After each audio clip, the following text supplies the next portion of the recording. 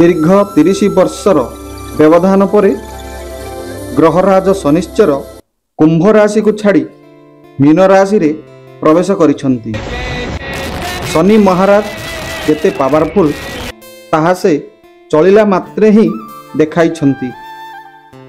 शनिश्चरंग mean राशि को चलन पर पृथ्वी रे अनेक बड़ घटना मान देखा मिली।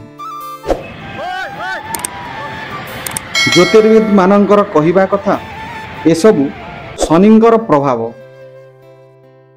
शनि महाराज मीन राशि को प्रवेश कले बोली पृथ्वीवासी को जणाइछंती। जेउ माने सत् पथरे धर्म पथरे रहिबे सेमानंकु शनि कोळेई नेबे, आउ जेउ माने अन्याय अधर्म कर्म रे लिप्त रहिबे शनिग्रह सेमानंकु दंड देवा पई प्रस्तुत होई सारिलेनी। तेबे अच्युतानंद मालिका मध्य यही समय को अपेक्षा करिछि। महापुरुष अच्युतानंद निज मालिकारे लिखिछंती, मीन शनि मेल होइब जेते बेले से बेले समर हेब भारत मंडले। मीन शनि मेल होइब जेते बेले से बेले समर हेब भारत मंडले। 2.5 वर्ष अति उत्तुपात 26 अंक को अना मशान पराय एसारा मूलक उच्छन होइब सीना। 2025 मसीहा ठारू शनि महाराज जो 2.5 वर्ष मीन राशि रे रहिबे सेही समय रे एसबु घटना मान घटिबो। देश देश मध्य रे घमाघट युद्ध लागिबो। मरुड़ी बात्या भूमिकंप अचिन्ना रोग रे पीड़ित होई लोक माने मरिबाकू लागिबे। चारिआडे गदा गदा शब द्वारा श्मशान भली लागिबो। वसुधा रक्त रंजित होइबो। मनीष रक्त रे मनीष होली खेलिबो। भारत वर्षर पंडित माने मीन राशि को शनिग्रह चलन को नहीं पृथ्वी उपरे भारत उपरे और मनुष्य मानंकर 12 गोटी राशि उपरे कि प्रभाव पकाइब सतर्क कराइछंती। ओ मीन शनि प्रभाव रे केउ प्रकार परिस्थिति उपजीव ताहा मध्य प्रकाश करिछंती। अमावास्या तिथि आज अमावास्या तिथि माने चंद्र होचंती संपूर्ण दुर्बल। चंद्र तो संपूर्ण दुर्बल। रवि एवं शनि जो गोटे घर रही जाउचंती तांकर प्रभावटा एभली भाबे पड़िबो जे निश्चित भाव में पृथ्वी रे बोमा अग्निभय रॉकेट माड़ जीवन हानि दरदाम वृद्धि ए सब घटना घटबो। एक्चुअली शनि जो चलन हेबे आज 9:44 PM पर माने राति 9:44 पर शनि कुंभ राशि रु मीन राशि को चलन करिवे। तो एटा एथिपाई इम्पोर्टेंट क्यों माने 6टा ग्रह माने गोटे मीन राशि रे अवस्थित अछन 5टा अछंती। शनि गला परे माने 16 ग्रह जोग पड़िबो।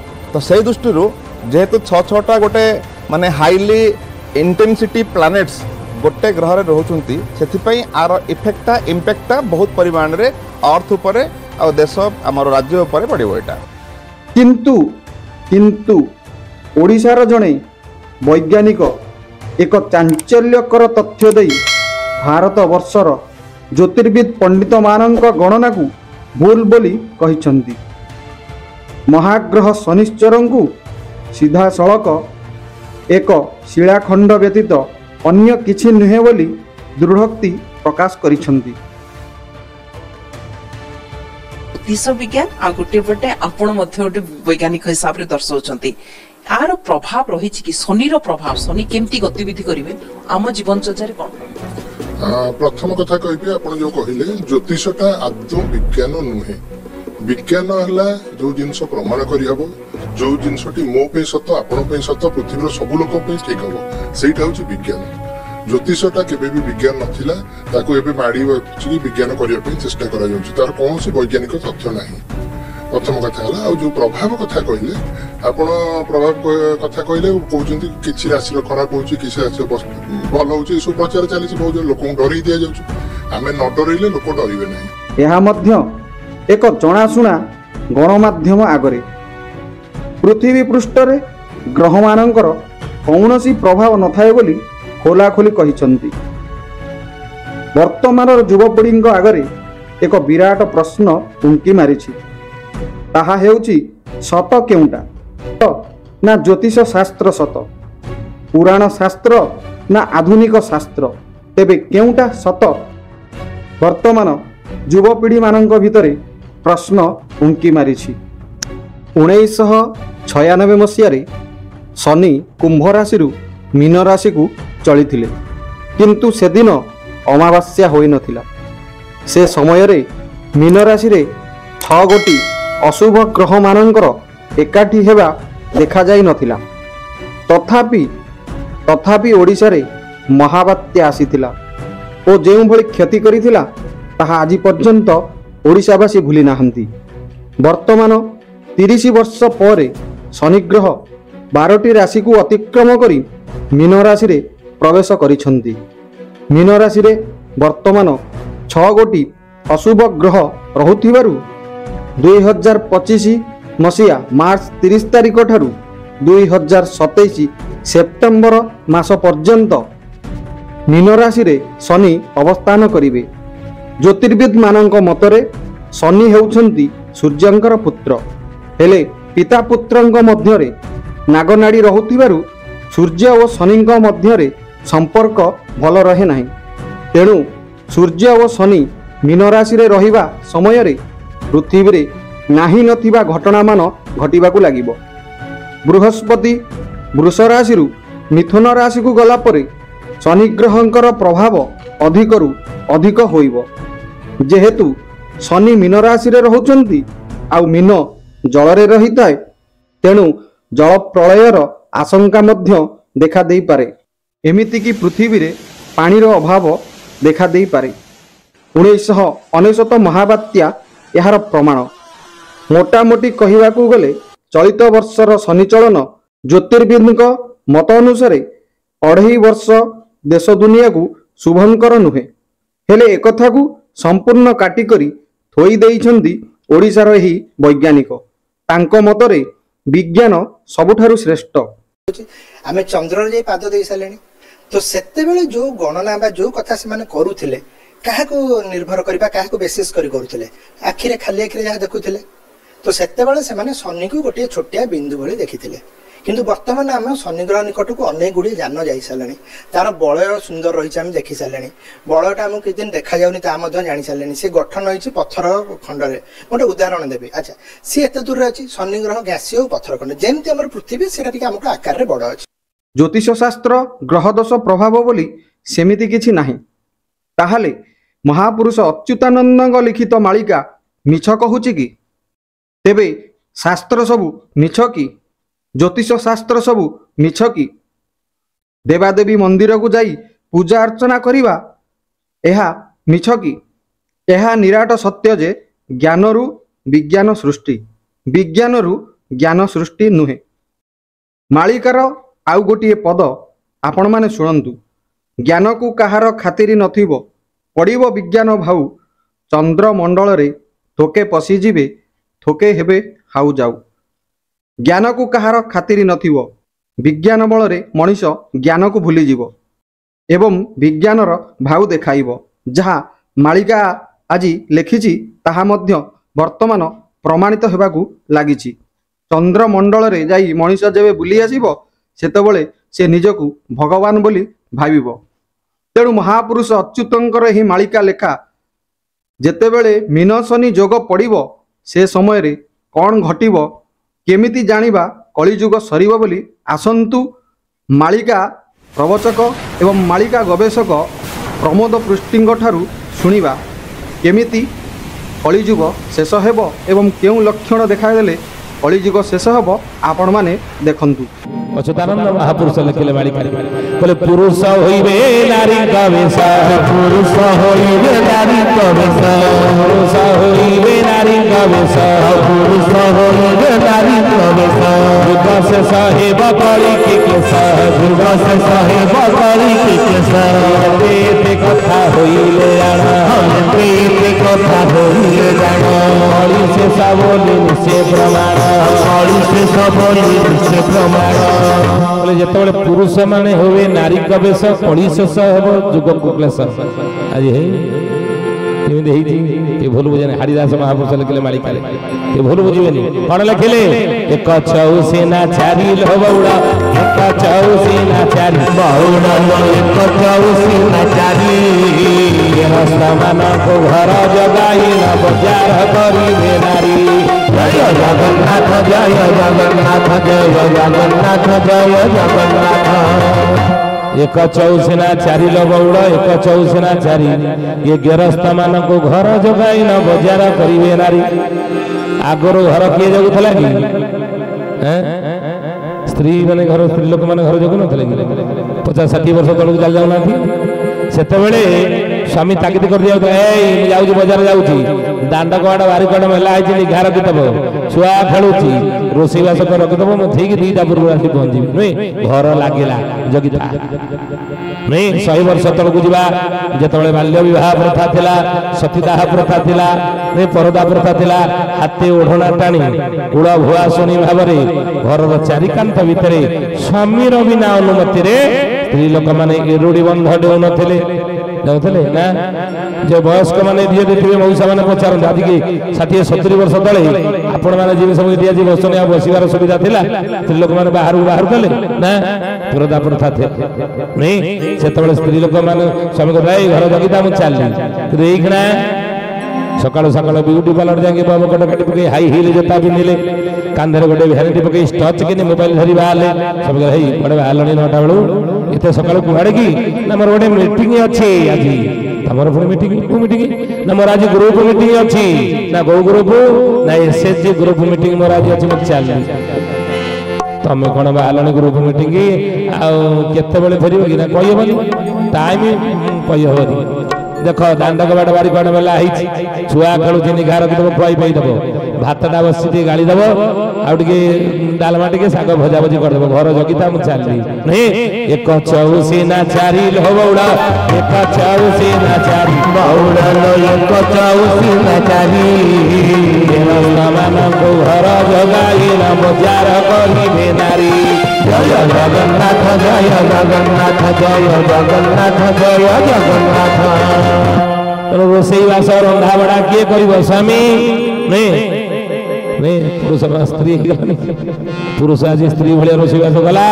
छुआ दायित्व बुझेला देखुना चारिआडे तेणु महापुरुष ये कथा मालिकार लिखिले पुरुष होइबे नारी का वेश पुरुष होइबे नारी का वेश हरि से साहेब जुग कुकस हरि से साहेब जुग कुकस जेबे जेबे पुरुष नारी वेश होइछि सेबे सेबे जुग शेष होइछि सत्य जुग को जीवा सत्य जुग रे पुरुष किए जे नारी वेश होबा जुग सत्य जुग शेष होई गला किए देवता असुर माने मिसिकी समुद्र मंथन करुथले मंदराचल पर्वत को आनिले बासुकिना को दौड़ी कले समुद्र पखे मंथन कले समुद्र गर्भरे मंदराचल पर्वत जेतल बुड़ी जीवाक बसेला भगवान विष्णु मोर कच्छप अवतार धारण कले हिति रथि विपुल तरित प्रतिष्ठति पृष्ठे धरणी धारण किरण चक्र गरिष्ठे केशव धृत कच्छप रूप जय जगदीश हरे पिठी उपरे मंदराचल पर्वत को धारण करी कले एवं समुद्र मंथन देवता असुर मान कले 14 कोटी रत्नमाला शेषर अमृत बाहाला अमृत धरिकी असुर मान दौड़िले खाइबा पई एई सब देवता मान कहिले भगवान को विष्णु मगर पहुंची प्रभु असुर मान अमृत नहीं पड़े गले हम खाइबो कोन छेना काई नहीं कि पड़े गले बडुआ से जदि अमृत खाइबे अमर होइबे करबा कोन हे भगवान भगवान विष्णु कहले रुआ देवता मान त्रय धर्म कोन करू भगवान विष्णु हेले पुरुष किंतु असुर मान ठारू अमृत आनी देवता मान को खुआइया पई कोन कले नारी वेश हेले ओ वेश हेले मोहिनी वेश में भगवान को 24 अवतार भितरे गोटी अवतार नाम है मोहिनी अवतार मोहिनी वेश हेले सत्य जुग शेष हो गला ये सत्य जुग पर आसला त्रेता जुग रे जेतबेले पुरुष नारी वेश होईची त्रेता जुग शेष होईची त त्रेता जुग से पुरुष किए जे नारी वेश होबा जुग त्रेता जुग शेष हो गला के बिहार बिहार दंडकार ने बिहार बिहार दंडकार ने वृंदा वृंदा रोसी देखी नयने वृंदा वृंदा रोसी देखी नयने प्रभु राम जो तृतीया जुग पितृ सत्य पालन करके 14 वर्ष वनवास जाइथिले दंडकारण्य जाके पहुंचले से दंडकारण्य ऋषि मुनि माने तपस्या करुले भगवान आगमन जानी तांकर ध्यान भांगीगला आउ ध्यान लगिला नहीं प्रभु आसी पहुंची गले जहाँ तपस्या करके पाइबा तपस्या करुले से आसिक आम पाखे पहुंचले आउ क्या पाइबा तपस्या करवा ऋषि मुनि मान ध्यान भांगीगला छेड़ा हो गले भाविले बोले जा हूँ जहाँ पाइबाई जुग जुग धरी आम तपस्या करुले सी आज आम पाखे पहुंची जानी चल पाखक जी आज आमको सी मिलगले ऋषि मुनि मैंने कुहा कहले मिलगले कौन सी तो पुरुष आम पुरुष अंग संग लाभ कर चल अंग संग लाभ करना गोटे पुरुषर पुरुष केमी अंग संग लाभ कर गोटे पुरुषर नारी हेले सीना अंग संग लाभ कर तेणु आम कौन करवा ऋषि मुनि मैंने भाविले भाभी कौन कले ना बेणी भाभी जटाको लंबाई भाभी जटाको लंबाई सोम मंदिले कुसुम मंदिले मथिना उपजी गला मानस मथिना उपजी गला मानस होइले सखांगो सखी गो आस होइले सखांगो सखी गो आस ऋषि मुनि माने जो जटा गुड़िक रखिथिले ताको बेणी कले फूल गुड़िक आनी जंगल को ताधरे मारिले नाउ थाଳରେ भिक्षा करथिले ताको स्थान कले सखा मानको सखी बोली डाकी राम गाड़े ढली ढली चलिले तेणु ऋषि मुनि माने पुरुष जो नारी बेश हेले तृतीया जुग शेष हो गला ये तृतीया जुग गला या पर आसला द्वापर जुग से द्वापर जुग जो पुरुष नारी बेश होइछि द्वापर जुग शेष हो जाइछि से द्वापर जुगर पुरुष किए जे नारी बेश होबा जुग द्वापर जुग शेष होला किए ना संभव को नारी बेश करी रे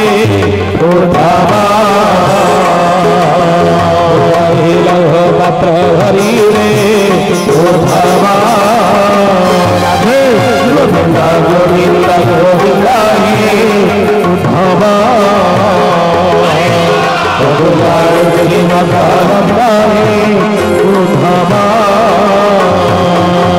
द्वापर जुगर पुरुष है किए सांब भगवान कृष्णकर अष्ट पाटवंशी थे 8टा पाटवंशी भितर जाम्बवतर झील थिला जाम्बवती नहीं भगवान कृष्ण विवाह करथला से जाम्बवती पुत्र नाम है कौन सांब नहीं ऋषि मुनि मान परीक्षा करने भगवान का पुत्र माने कौन कले साधु सत ऋषि मुनि मैंने स्नान सारी आसुले यही समय परीक्षा करने बाबाजी गुड़ हसिलिया कि नकली देखा सांब को नारी बेश कर पहुंचेले बोले देखो देखो हे मुनिवर ये नारी बहुत गर्भ कष्ट पाइला आपण कहतु आ गर्भरे पुत्र अच्छे ना कन्या केते दिन ये गर्भ प्रसव कर जापारे ऋषि मुनि मान जोग बल जाने ये गोटे पुरुष भगवान कृष्णर पुओ सांब ये नारी बेश होमको थट्टा परिहास करुच्ची मन रखते हे ज्ञानी गुणी मंडली केवल संत महात्मा साधु को थट्टा करेंगे ना ब्राह्मण वैष्णव केवल